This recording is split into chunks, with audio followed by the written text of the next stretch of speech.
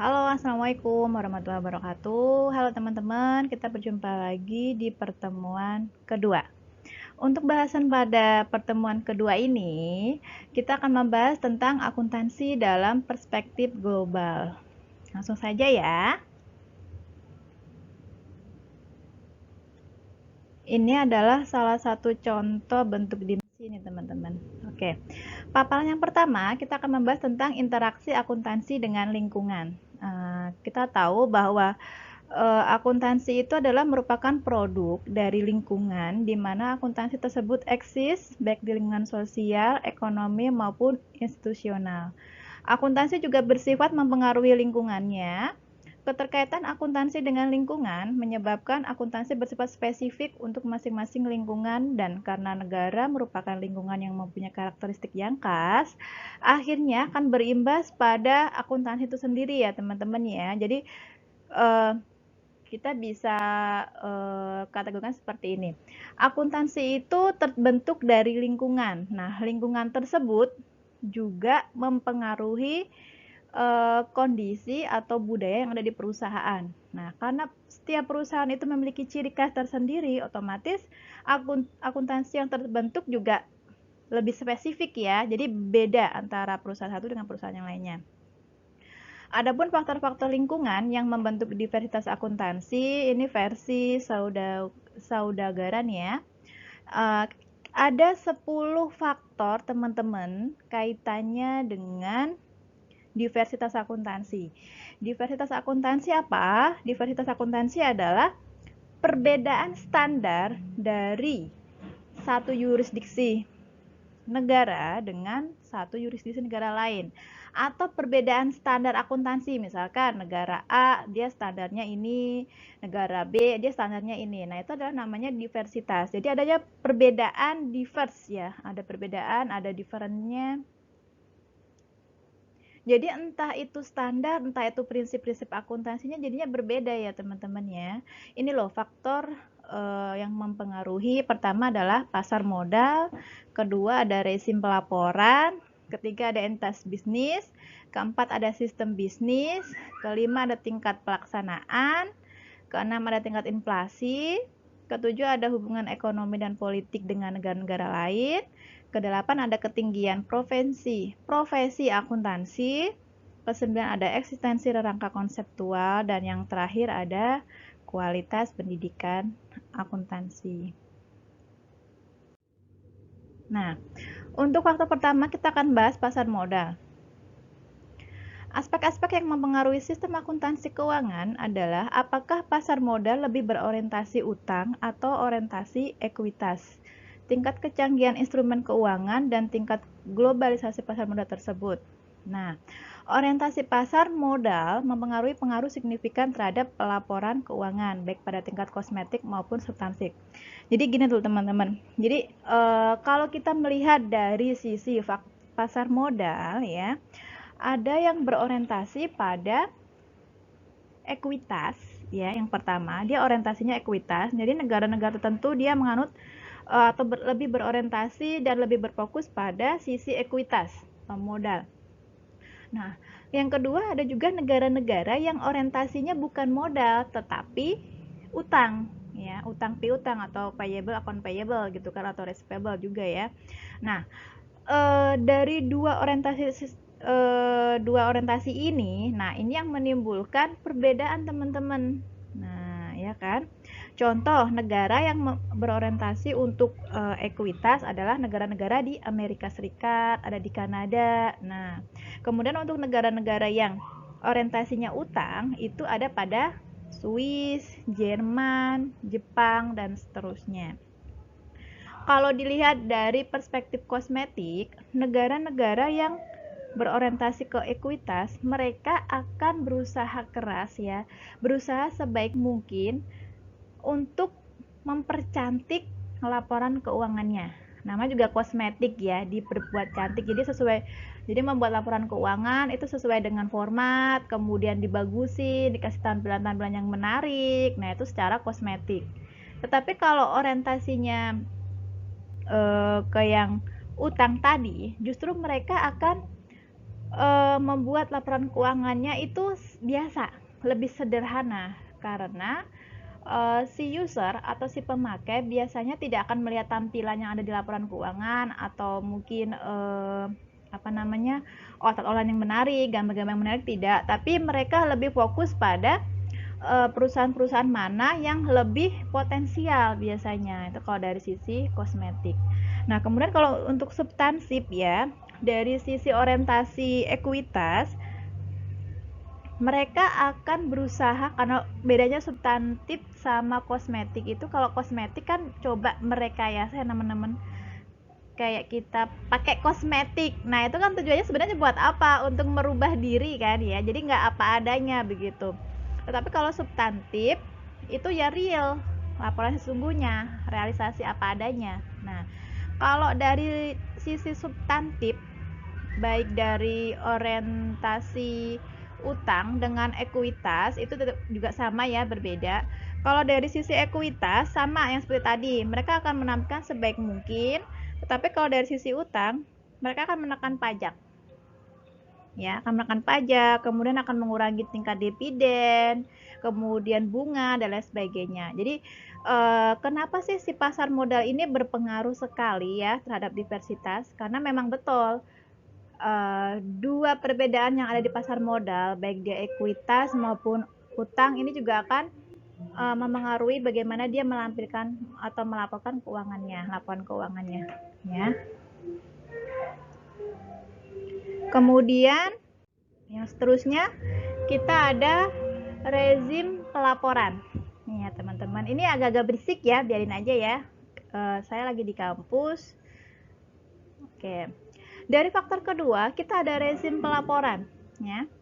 Negara dibedakan menjadi dua kelompok. Nah, ada rezim pelaporan tunggal, teman-teman, disebut dengan single reporting regime, dan disebut juga, dan yang kedua adalah ada rezim pelaporan rangkap atau dual reporting regime. Kalau yang tunggal itu kondisinya ada satu set peraturan ya. Jadi baik pelaporan keuangan dengan pelaporan pajak itu dijadikan digabung ya, di merger. Nah, contoh negara yang menganut tersebut adalah Austria atau Jerman. Kemudian untuk pelaporan rangkap ya, itu contohnya Amerika atau Inggris. Nah, kalau yang pelaporan rangkap ini dua set aturan yang terdiri dari set aturan pelaporan keuangan dan satu set pelaporan pajak. Ya, jadi ada dua set. Kalau yang tadi tunggal itu cuma satu set, tetapi isinya pajak sama keuangan. Tapi kalau yang rezim kedua ini dua, ya dua laporan ya, jadi rangkap. Oke. Kemudian untuk faktor berikutnya kita ada entitas bisnis. Nah, di negara maju banyak terdapat perusahaan yang berskala besar, mempunyai aset yang besar, laba yang besar, karyawan yang banyak, bidang usaha yang beragam, banyak produk yang dihasilkan, dan banyak melakukan bisnis di banyak negara. Untuk melakukan substansi ekonomi dari entitas bisnis seperti ini, diperlukan serangkaian aturan pelaporan keuangan yang rinci dan kompleks. Nah, ini teman-teman, ini kondisi kalau untuk entitas bisnis itu kalau dia perusahaannya besar, perusahaannya kompleks, otomatis mereka akan membutuhkan laporan keuangan yang kompleks juga ya, lebih mengglobal. Kemudian biasanya si investor akan meminta informasi tambahan terkait dengan hasil kinerja ekonomi yang berupa laporan keuangan. Tetapi kalau perusahaannya hanya sedikit ya, maksudnya lingkupnya sedikit, core bisnisnya kecil, tidak banyak, mereka juga membutuhkan versi pelaporan keuangannya juga tidak banyak, tidak kompleks seperti yang di pertama tadi. Kalau yang di pertama tadi kan dia multi enterprise ya atau MNC. Kalau yang kedua di bawahnya lagi. Jadi grade-nya berbeda. Jadi tergantung dari entitas bisnisnya. Oke. Kemudian yang berikutnya ada sistem hukum. Nah, kita tahu ada dua model sistem hukum ya, ada code law atau undang-undang law ya, atau code law ya, yang bersifat legalistik, dan ada juga common law yang bersifat hukum umum atau disebut juga non legalistik. Nah, sistem code law dikarakterikan sebagai pengamatan perilaku yang dapat diterima. Jadi ini sifatnya legal ya teman-teman ya. Kemudian untuk yang common law berfokus pada merintangi perilaku yang tidak diinginkan, kebalikannya. Tetapi kalau kita contohkan untuk perusahaan-perusahaan yang common law itu seperti Amerika, Inggris, itu mereka menganut paham common law atau sistem hukumnya common law. Biasanya si common law ini baik model pelaporan keuangan atau cara penyajian laporan yang keuangannya akan lebih transparan biasanya. Beda dengan yang code law. Kalau code law lebih tertutup dan kurang transparansi. Contoh negaranya bisa Swiss ya. Swiss, Belanda, atau mungkin Jepang. Kemudian yang berikutnya ada pelaksanaan regulasi. Tingkat pelaksanaannya dapat dihubungkan dengan sejumlah faktor yang mempengaruhi kesungguhan dan kemampuan untuk melaksanakan regulasi. Salah satunya adalah tipe sistem politik dan kepemimpinan di negara tersebut. Contohnya saja teman-teman, kita di negara Indonesia. Tergantung dari pemerintahnya, apakah mereka akan support dengan model laporan keuangan A misalkan. Kalau di Indonesia kan kita ada IAI ya, ada Ikatan Akuntan Indonesia menaungi, ada OJK, ya kan, ada Kemenkyu. Nah, kalau di Indonesia sendiri bagaimana pelaksanaan regulasinya, Bu? Di Indonesia sudah cukup baik ya, karena baik pemerintah maupun si pengelola akuntansi atau IAI sudah baik dan sudah juga diimplementasikan di banyak perusahaan ya untuk standar PSAK-nya. Jadi nggak ada masalah kalau di Indonesia. Cuman bagaimana kalau di negara lain? Kalau di negara lain masih ada perusahaan yang antara pemerintah dengan si pengelola itu belum belum matching. Jadi belum ada sinergi. Itu masih banyak loh teman-teman. Kemudian kita masuk ke tingkat inflasi. Nah, model cost historis atau historical cost merupakan basis akuntansi yang dominan pada banyak negara karena model ini paling objektif. Dalam model ini, pelaporan aktiva yang dibeli sekian tahun yang lalu akan tetap mencerminkan harga perolehan atau cost awal. Nah, tergantung dari berapa tingkatan inflasi yang ada di negara ya. Contoh misalkan di Amerika. Kalau kita tahu lah ya, yang paling mendominan adalah USD atau dollar gitu kan. Nah, contohnya di Amerika menggunakan USD. Nah, mereka tingkat inflasinya lebih rendah teman-teman daripada di Indonesia. Kalau tingkat inflasinya dia lebih rendah, untuk diversitas akuntansinya juga akan lebih baik harusnya. Karena kendala inflasi ini tidak menjadi tolak ukur ya, tidak signifikan permasalahan, tapi tidak signifikan kalau untuk di Amerika. Tapi berbeda halnya kalau di Indonesia. Kita tahu Indonesia ya, kurs sekarang sudah naik jadi 14.730, mau nyampe 15.000 gitu kan.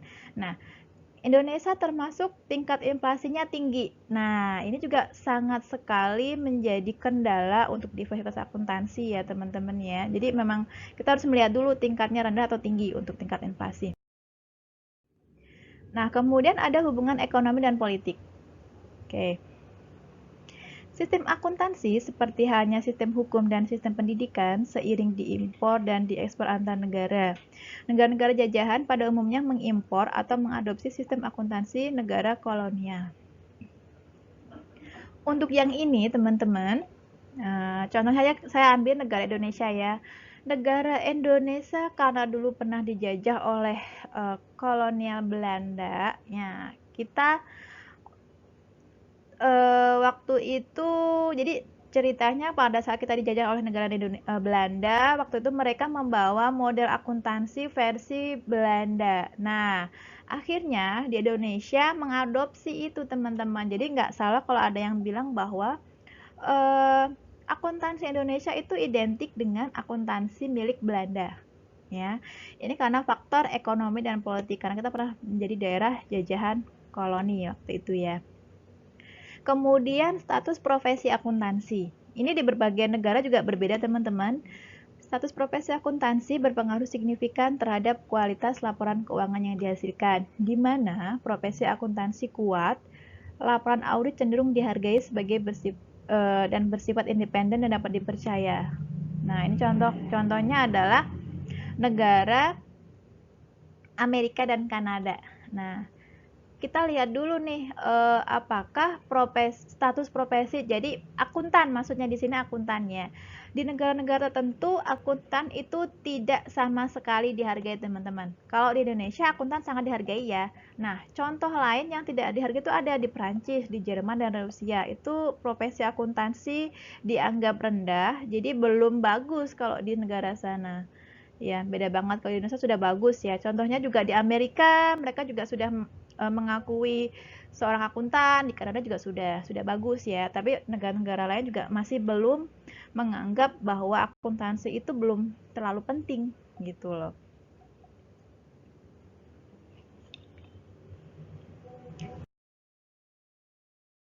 Kemudian eksistensi rangka konseptual. Teman-teman sudah pernah mengambil teori akuntansi, artinya sudah tahu ya yang namanya kerangka konseptual akuntansi ya.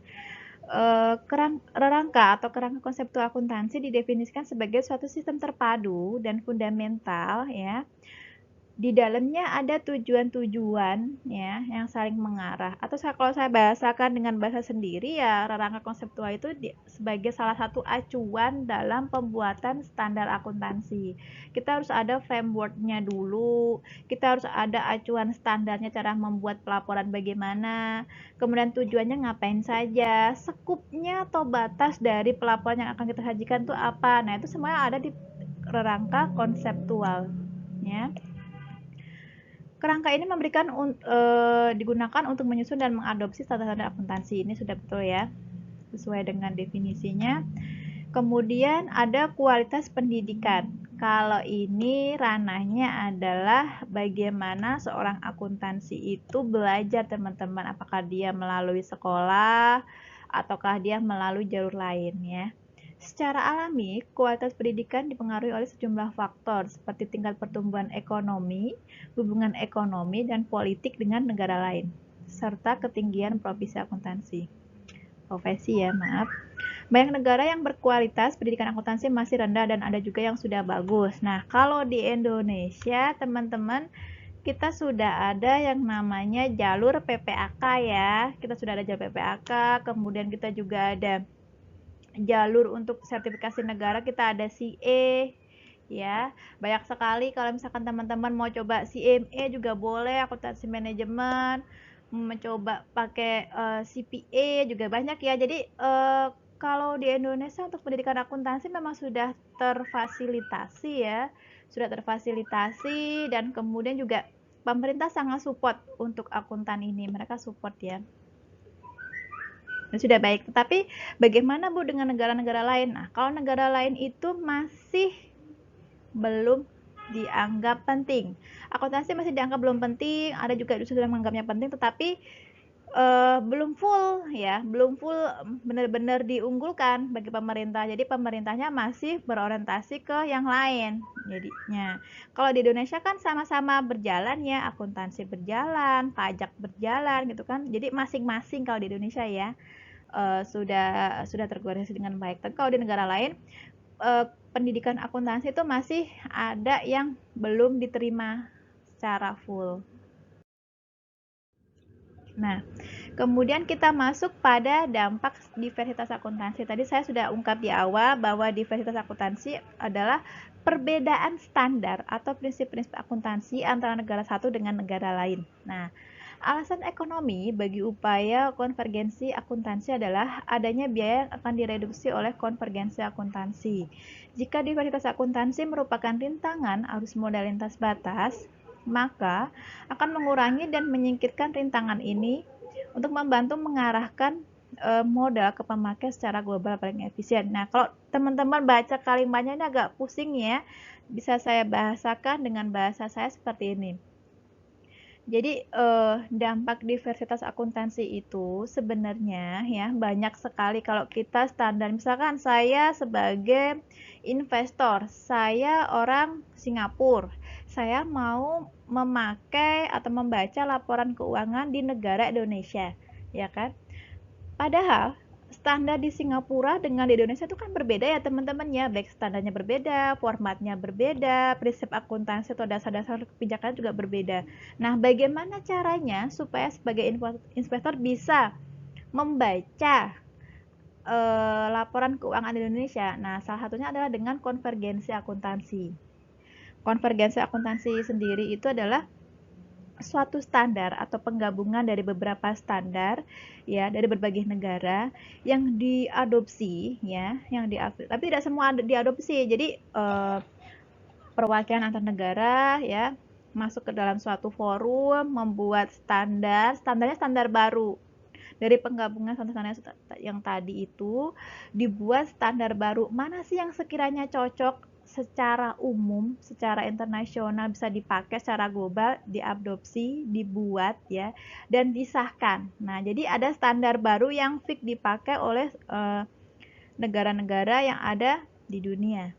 Nah, konvergensi akuntansi kalau kita kan tahu ya IFRS, International Financial Reporting Standard. Nah, itu yang kita pakai. Salah satunya untuk mengatasi dampak diversitas akuntansi ini dengan IFRS, teman-teman. Indonesia sudah mengadopsi IFRS tahun 2012. Itu pun tidak full adoption ya. Teman-teman juga sudah tahu pastinya. Indonesia mengadopsi setengahnya. Nah, setengahnya lagi memakai PSAK versi Indonesia. Nah, kenapa Bu tidak full adoption? Karena tidak semua standar atau formatnya relevan dengan kondisi yang ada di Indonesia. Ya, jadi cuma setengah yang diambil. Nah, caranya seperti itu, teman-teman. Kalau antar negara sudah menggunakan standar IFRS, otomatis kan saya mudah nih sebagai investor, ya kan? Panduannya satu, yang tadi tuh, yang standar baru, hasil dari konvergensi akuntansinya, standar IFRS. Nah, artinya saya lebih mudah sebagai investor untuk mereview, melihat, membaca laporan keuangan perusahaan yang ada di Indonesia. Nah, begitu teman-teman.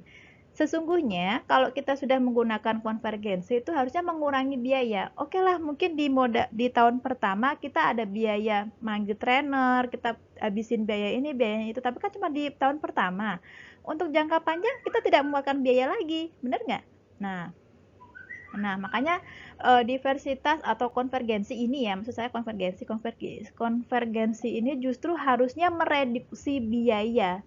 Ya, harusnya mengurangi biaya harusnya, bukan menambah tapi justru mengurangi. Untuk jangka panjang kita tidak perlu lagi datang ke negara Singapura gitu kan menjelaskan ini seperti ini loh formatnya ini kan butuh waktu ya, nggak mudah untuk membaca laporan keuangan. Itu kalau baru satu negara. Kemudian kalau misalkan di negara lain beda lagi, kita butuh waktu, biaya lagi ya kan, biaya registrasi, biaya listing segala macam. Nah, jadi biaya tambah banyak. Tetapi kalau kita sudah menggunakan satu format standar internasional, yaitu punya IFRS, otomatis negara-negara lain juga pasti mengadopsi dan itu lebih mudah untuk akses ke negara Indonesia ya. Jadi investor yang negara lain juga lebih mudah masuk ke Indonesia ya kan. Pendapatan negara Indonesia juga bertambah ya kan. Lalu lintas perdagangan juga makin baik ya kan, dan seterusnya. Oke.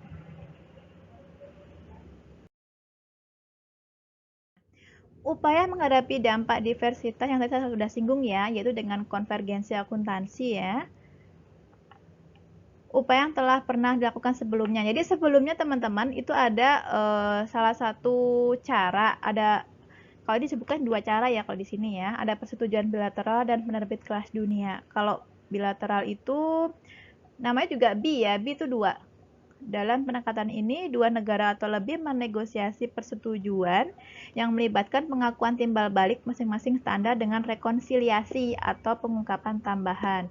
Ini agak ribet, tapi kalau ini konteksnya adalah misalkan Indonesia dengan Singapura, hanya dua negara ini bisa pakai ini teman-teman. Tapi kalau bagaimana Bu kalau misalkan lebih dari dua, ya kita susah pakai ini kan untuk persetujuan ini. Jadi ceritanya antar dua negara ini mereka melakukan rekonsiliasi laporan keuangan, versi Indonesia seperti ini, versi Singapura seperti ini. Mana yang sekiranya ada perbedaan, selisih plus minus, nah nanti akan diungkapkan di dalam pengungkapan tambahan. Jadi agak lumayan ribet, tapi itu juga pernah dipakai ya teman-teman ya oleh beberapa negara. Kemudian penerbit kelas dunia. Ini mengualifikasi perusahaan sebagai penerbit kelas dunia. Ini syaratnya agak susah ya. Jadi negara tersebut kalau mau melakukan perdagangan lintas batas ya, multi enterprise lah ya, keluar global lintas negara gitu kan, harus terdaftar dulu pada penerbit kelas dunia. Jadi harus register dulu, ya kan? Ini dinaungi oleh AS, Amerika Serikat. Jadi bagaimana sih caranya supaya kita masuk ke dalam penerbit kelas dunia? Di sini adalah Amerika Serikat. Misalkan saya negara Indonesia, saya mau masuk ke negara-negara naungan Amerika Serikat, saya harus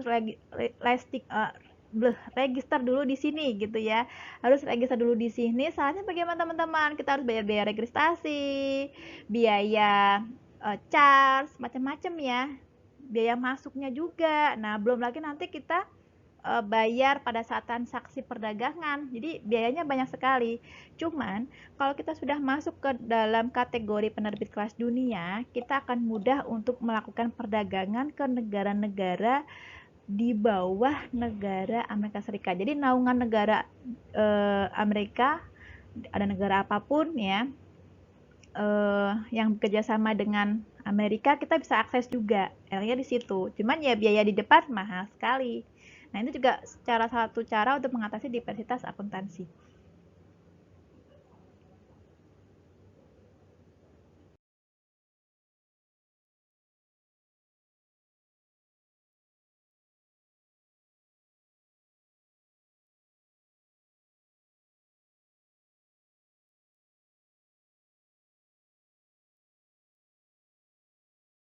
Berikutnya, ada laporan korporasi terhadap pemakai laporan keuangan asing. Kalau ini kan sepanjang perusahaan melakukan bisnisnya dan memperoleh modal yang sepenuhnya dari dalam negeri, perusahaan tersebut tidak perlu memperhatikan persyaratan pelaporan keuangan dari negara lain atau menyajikan informasi akuntansi kepada para pemakai luar negeri. Ini konteksnya kalau dia sudah masuk kategori kayak yang tadi ya, kelas dunia. Kalau misalkan sudah punya akses pertama kali ya nggak usah gitu kan. Tapi kalau misalkan belum punya akses ya kita harus harus join terlebih dahulu. Kemudian perusahaan menanggapi munculnya stakeholder asing berdasarkan lingkungan dan kebutuhan perusahaan sendiri. Ini konteksnya kalau suatu perusahaan ada investor asing masuk nih kan. Biasanya respon dari perusahaan tersebut itu ada dua. Dia akan menerima atau dia akan acuh. Kalau menerima, dia akan berusaha nih supaya investor ini bisa membaca laporan kita bagaimana. Nah, caranya banyak. Bisa dengan translasi, penyajian ulang, rekonsiliasi dan segala macam. Tetapi kalau misalkan dia acuh, dia tidak akan melakukan apa-apa. Nanti kita akan bahas di berikutnya, di next slide. Nah, ini teman-teman. Jadi ini adalah beberapa di antaranya yang merupakan respon bagaimana kalau misalkan kita menerima calon investor dari luar, dari negara luar ya. Option pertama, tidak melakukan upaya tambahan apapun. Ya kita nggak usah ngapa-ngapain karena kita juga nggak mengharapkan ada investor luar kok. Ya itu ada seperti itu, negara seperti itu. Biasanya tuh negara-negara yang dia tidak mau ekspansi keluar biasanya. Kemudian yang kedua ada translasi sederhana. Nah ini caranya bagaimana Bu? Ini hanya dengan supaya si investor tersebut bisa membaca laporan kita, dia melakukan translasi sederhana. Caranya adalah bagaimana? Dengan hanya mengubah bahasa menjadi dual atau mungkin misalkan dari Indonesia diubah ke bahasa Inggris. Itu namanya translasi. Kemudian ada statement sederhana teman-teman. Istilah ini digunakan untuk menggambarkan laporan tahunan yang disusun dalam mata uang dan bahasa ya. Jadi kalau statement sederhana, selain dia mengubah bahasanya yang tadi Indonesia ke Inggris, dia juga mengubah mata uang, dikonversi misalkan Indonesia ke USD. Nah, itu statement sederhana. Kemudian berikutnya ada statement ulang terbatas. Nah, ini bedanya kalau di sini ya, kalau statement ulang terbatas ini merupakan upaya lebih lanjut untuk meningkatkan kegunaan laporan keuangan perusahaan, yaitu untuk memberikan klausul tambahan ya. Jadi ada tambahan disclosure. Jadi ada ungkapan tambahan, informasi tambahan lebih tepatnya. Ada informasi tambahan yang diberikan oleh si pengelola atau perusahaan ya, perusahaan A terhadap si investor. Jadi selain memberikan laporan keuangan juga ada informasi-informasi tambahan disajikan secara lengkap. Biasanya sih investor akan sering minta sih, saya butuh data ini dong, saya butuh data ini, data itu. Nah, nanti perusahaan akan menyiapkan, ya. Kemudian ada statement sekunder. Nah, ini lebih kepada apa namanya, menyajikan upaya tersebar yang secara realistis dapat direkam untuk dikerjakan untuk menyusun untuk kepentingan para pemakai asing. Kalau ini lebih lengkap teman-teman, jadi tidak hanya dari sisi bahasa yang ditranslasi, mata uangnya diganti, dikonversi, kemudian penyajian ulang ya, mengikuti prinsip dari negara lain. Kalau yang keempat itu bedanya dia mengganti misalkan nih negara Indonesia investornya orang Singapura, mau nggak mau pelaporan keuangan yang ada di Indonesia harus sesuai dengan prinsip pelaporan yang ada di Singapura. Itu kan agak susah ya, itu kalau di nomor 4. Tapi kalau yang nomor 5 ini semuanya ya, baik prinsip, bahasa, currency, segala macam. Tapi disebut juga dengan statement sekunder. Tapi nggak semua orang mengadopsi semuanya, tidak. Mereka akan milih biasanya. Oke. Yang terakhir ada upaya pemakai laporan asing ya. Layanan yang diberikan oleh para penyusun laporan keuangan terhadap para pemakai non domestik merupakan hasil dari cost benefit. Demikian pula para pemakai merencanakan strategi bagaimana menghadapi informasi keuangan yang berasal dari negara lain. Jadi yang merupakan pemakai laporan keuangan siapa Bu? Ya macam-macam ya. Ada investor, kreditur, supplier, bahkan pemerintah, masyarakat, underwriter ya, banyak.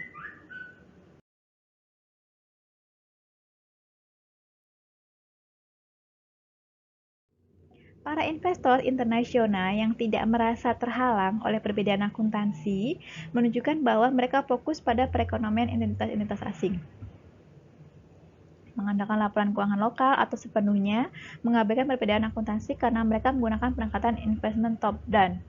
Ya. Negara-negara paling sering disebut oleh para investor internasional sebagai sebuah sumber perhatian ketika berinvestasi di luar negeri adalah Jerman, Jepang, dan Swiss. Jadi ada investor yang mereka peduli nih, ini nih perusahaan ini prospeknya bagus gitu kan, cuman laporan keuangannya nggak sama dengan negara investor. Akhirnya kan si yang pemilik perusahaan tersebut akhirnya kan dia berusaha bagaimana supaya si investor itu bisa membaca laporan keuangannya. Dilakukanlah tuh berbagai cara yang tadi di depan saya sudah ungkapkan. Biasanya si investor akan mengapresiasi ya biasanya ya teman-teman. Tapi ada juga investor yang acuh. Oh ini laporan keuangannya kok nggak ditranslasi segala macam gitu kan? Ya sudah nggak jadi deh, saya nggak jadi menanamkan modal di situ. Itu juga ada seperti itu. Jadi memang dari dua sisi beda-beda ya. Kita nggak bisa melihat semua investor itu baik tidak, tapi dia akan memastikan biasanya progresnya ke depan bagaimana perusahaan tersebut, bagaimana kinerja operasinya, laporan keuangannya bagaimana gitu kan.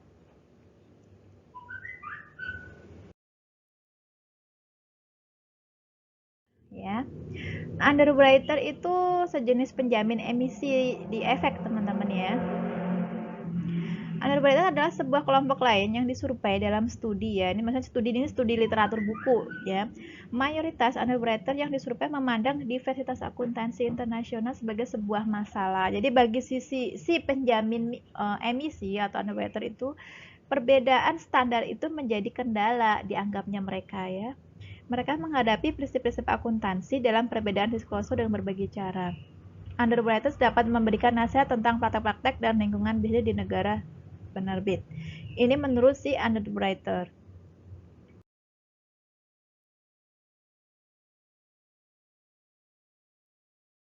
Pasar merupakan suatu kategori pemakai penting yang lain karena mereka dapat secara langsung mempengaruhi tipe dan volume sekuritas asing yang dapat diterbitkan dan diperdagangkan dalam jurisdiksi mereka. Kalau regulator pasar ya berarti kalau kita kan ada OJK ya sebagai pengawas. Dulu namanya Bapepam, sekarang udah OJK yang mengawasi pasar modal. Jadi regulator ini juga menganggap bahwa diversitas akuntansi itu juga bagian dari kendala begitu. Tapi juga ada beberapa regulator di negara lain yang nggak terlalu menganggap yang tadi saya bilang bahwa kalau misalkan di Amerika Serikat diversitas itu nggak terlalu penting. Karena apa? Mereka negara adikuasa, mereka inflasinya rendah, regulatornya sudah bagus, menggunakan PABU Amerika Serikat gitu kan, sudah terstruktur, menggunakan hukum common law. Untuk diversitas nggak terlalu penting, begitu nggak terlalu bermasalah. Jadi kita bisa melihat dari regulator pasar yang ada di negara ya, jadi beda-beda. Kalau di Indonesia bagaimana Bu? Kalau di Indonesia kita sudah ada OJK. Setiap ada lalu lintas perdagangan, baik melalui bursa efek, itu kita akan dimonitoring ya teman-teman ya. Tetapi dalam sejauh ini OJK masih support ya, masih support selama tidak melanggar aturan perdagangan, selama penyajian laporan keuangan multinasionalnya juga masih memenuhi standar IFRS dan PSAK, jadi nggak ada masalah.